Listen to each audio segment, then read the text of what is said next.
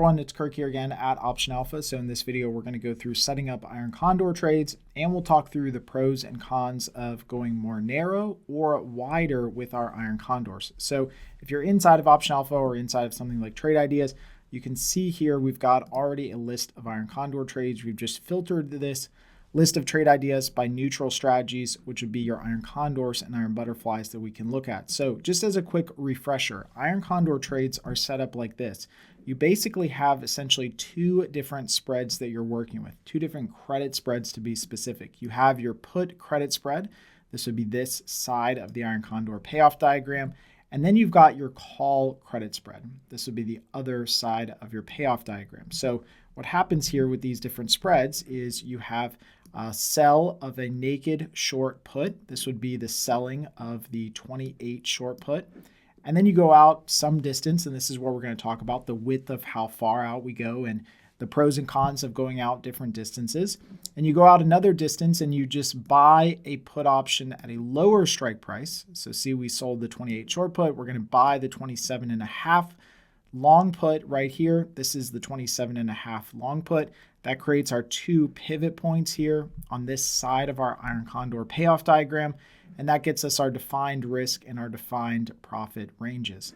Now on the call side, we do the same thing just in the opposite direction. So we're going to go ahead and sell a short call option, sell a naked call to begin with, and then we're going to define our risk by going out and buying a long call option at a strike price higher than our short call strike. So in this case, we sell the 31 and we buy the 31.5. Now this is a very narrow iron condor. We'll just start with this one because we can kind of talk through the different considerations for this, but this is probably one of the most narrow iron condors that you would typically see out there trading because it's only 50 cents wide. And what I mean by this is that the difference between the different strikes on both sides is about 50 or is exactly 50 cents. That's because SLV has very narrow strikes. Sometimes you'll see different tickers, and we'll go through different examples where the strike difference between strikes is $5 or $10 in some cases.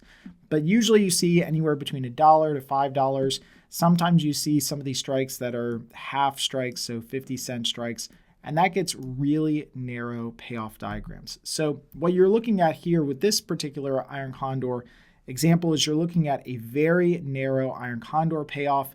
And here you can see that the difference, of course, between the strikes is very narrow. And what happens with these narrow positions is it creates a very strongward sloping payoff between the max profit and the max loss. And so what happens typically at expiration is that you have a scenario where you don't tend to land in this zone here for partial profits, partial losses. So with narrow spread iron condors, you tend to get something kind of either closer to max profit or max loss because there's just not enough room typically for the stock to land inside of these zones. The other thing that you'll see happen with narrow iron condors is you'll typically see the positions react a little bit slower to market movements.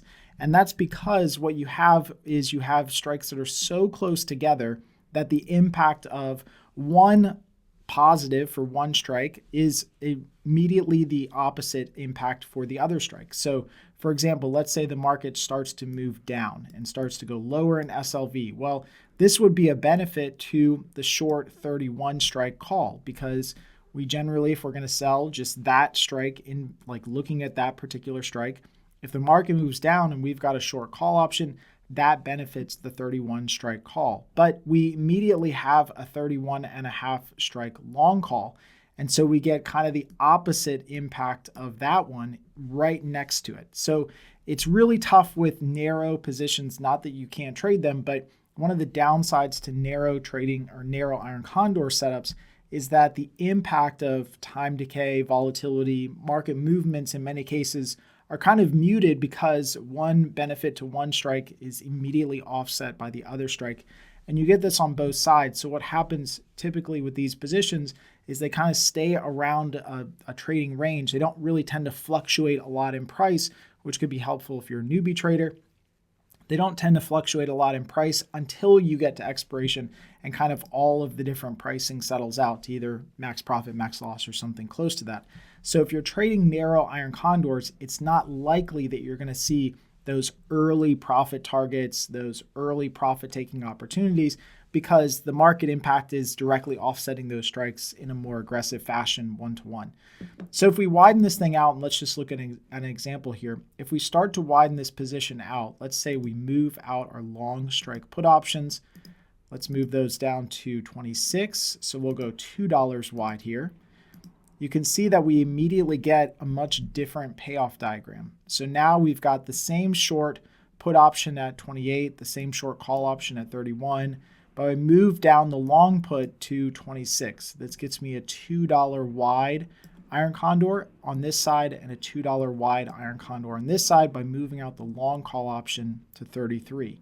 Now what you can see visually here on the chart is that instead of the partial losses, partial profit zone being a very steep curve like we had before, instead what we see now is we see a much wider range for partial profits and partial losses, which means that you're much more likely to be in that range potentially at expiration, where you get into a situation where one contract might be assigned and the other one might not be assigned or exercised. It's just a very difficult range to be in because you get into the partial profit, partial loss zone. Not that you can't trade that again, you just need to be aware of it as a trader. It also starts to increase the risk. So in this case, you have to really pay attention with widening the strikes on iron condors, because the wider you go on the strikes, the more risky the position is. You just need to make sure that you're capturing enough premium to still cover the risk of these trades. And you can see as I went out wider here on this particular iron condor, my expected value still was positive. I still had positive alpha, but in this case, I wasn't yet capturing enough risk to reward that was favorable for this position. So the wider I went here, kind of the more the position started to move and tend to move towards a position that was less favorable. And you can actually just visually see this here as I start to adjust these strikes back closer, a little bit closer here. Then it starts to move into a more favorable zone. So this is where you want to play around with different strategies, different types of setups. There's no one way to do it where just narrow is better than wider. Sometimes going wider does make sense, where you can capture more premium, more net premium by going wider and buying cheaper wings. The other thing that you want to consider when you trade iron condors going more narrow versus wider is the number of contracts that you trade and your risk. So if I kept this position here, which is just a $1 wide in this example, so the difference between the short put and the long put is just $1 on this side. Same thing here on the call side, the difference here is $1. You can see that the net risk on this position is $57. Now, if I wanted to scale this up, of course, I could add more contracts down here, so I could really just scale this thing up to whatever I want. Say, let's do 10 contracts. And now I get into a position that's $570 of risk. Now that might seem okay, but you just want to be careful that the strikes that you're trading are liquid enough to actually get those contracts traded. And sometimes if you go too wide on positions, you start trading illiquid strikes or legs, which might make it hard to fill trades. Sometimes what people will do here is they will actually go a little bit wider on strikes and try to fill less contracts. And that's typically what you would try to do. So you might move this out here and you can see the open interest might start to go down, down, down as you go really, really wide here on the chain. You can see my long strike right now is at 27, but if I went even further down, just kind of making the most extreme example all the way down to say the 23 strike, you see there's not much open interest and activity down there for that strike. Not that you can't get filled on that strike, of course, but just probably doesn't make sense to go that far out. There's probably a range inside of most trading tickers and expirations where it doesn't make sense to go the extra strike out just to get further out on the chain and get some more premium. So if I went really far on these, let's say $5 wide, so this one will go $5 wide up here. We'll go to the 36. Again, same thing here. You can see that you can collect, again, a little bit more premium. You are taking significantly more risk, but your reward to risk ratio is still not great. And so what you get is you get this payoff diagram that looks very, very wide for this iron condor, and you can see these long sloping partial profit, partial loss zones before you get to kind of the max profit, max loss zone. Again, it doesn't necessarily mean that these are bad trades. each of these different strategies or each of these different tickers that you're trading might be a little bit different. So let's look at another example here just so we can see how some different ones might perform here. So this is FXI. This is one that just popped up on the trade ideas filters that I had up here. This one here is a $1 wide position, and you can see it's the 33.34 and the 38.39. So a pretty typical trade. This one looks okay, even with the risk reward ratio that we have now. If I start to make this one go out just a little bit further on each end, you can start to see that it starts to change the dynamics of the actual position. The other thing that we have to consider with iron condors is, of course, the probability of profit. The wider you go and the more premium you collect, all things being equal, you will start to see this probability of profit increase. That can be sometimes a little bit of a false flag, because just because the probability of profit increases doesn't mean that it's actually a great trade to get into. So if you look at the original trade here that we had, this one here, again, the 33.34 and the 38.39, the probability of profit on this particular setup here is about 67%.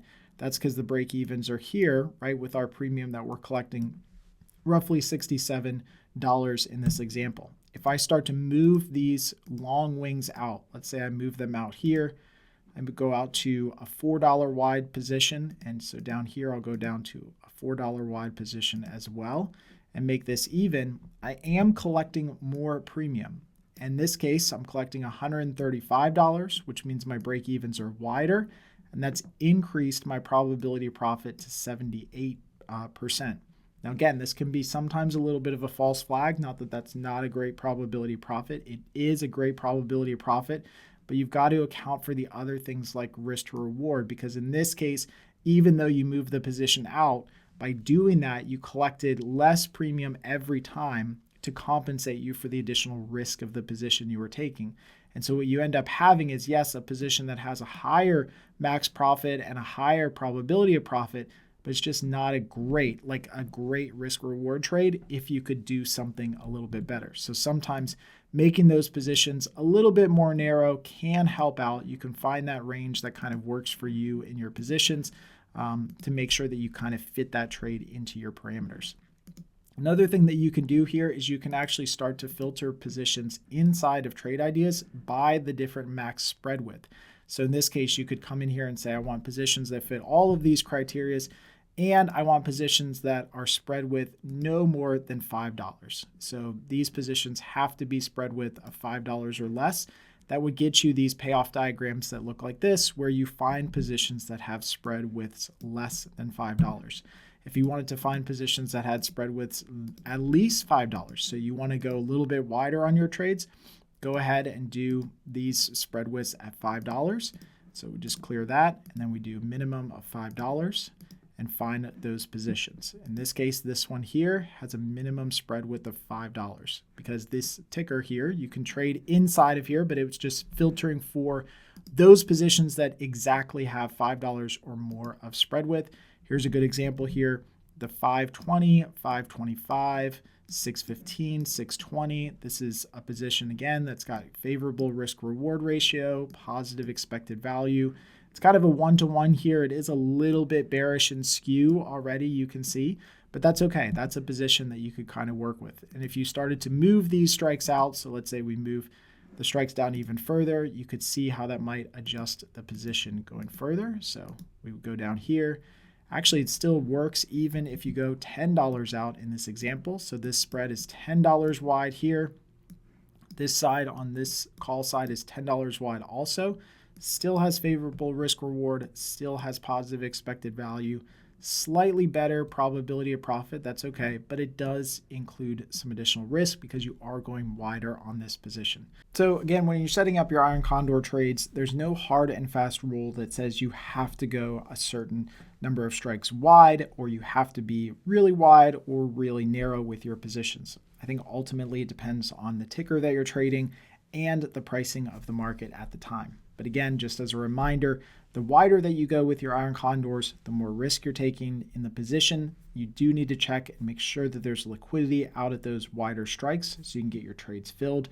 Those wider iron condor positions will be more sensitive to market movements and changes in volatility and time decay because the strikes are not so close together and therefore they're not offsetting themselves as they would be if they were more narrow. More narrow iron condors are not going to be as sensitive to market changes like volatility and time decay because those changes are going to directly offset each other one-to-one with really tight strikes.